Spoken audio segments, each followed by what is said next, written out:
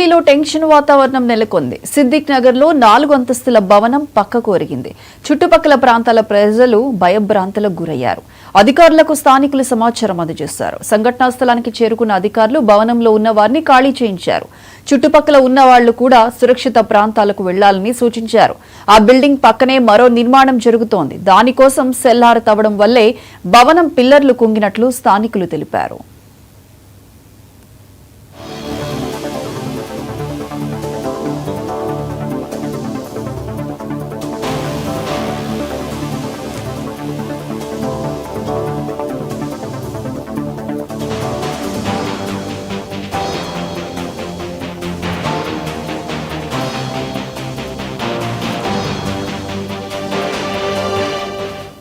గచ్చిబౌలిలో tension వాతావరణం నెలకొంది. సిద్దిక్ నగర్ లో 4 అంతస్తుల భవనం పక్కకు ఒరిగింది.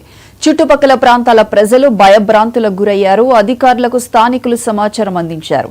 సంఘటనా స్థలానికి చేరుకున్న అధికారులు భవనంలో ఉన్న వారిని ఖాళీ చేయించారు. చుట్టుపక్కల ఉన్న వాళ్లు కూడా సురక్షిత ప్రాంతాలకు వెళ్లాలని సూచించారు. ఆ బిల్డింగ్ పక్కనే మరో నిర్మాణం జరుగుతోంది. దానికోసం సెల్లార్ తవ్వడం వల్లే భవనం పిల్లర్లు కుంగినట్లు స్థానికులు తెలిపారు.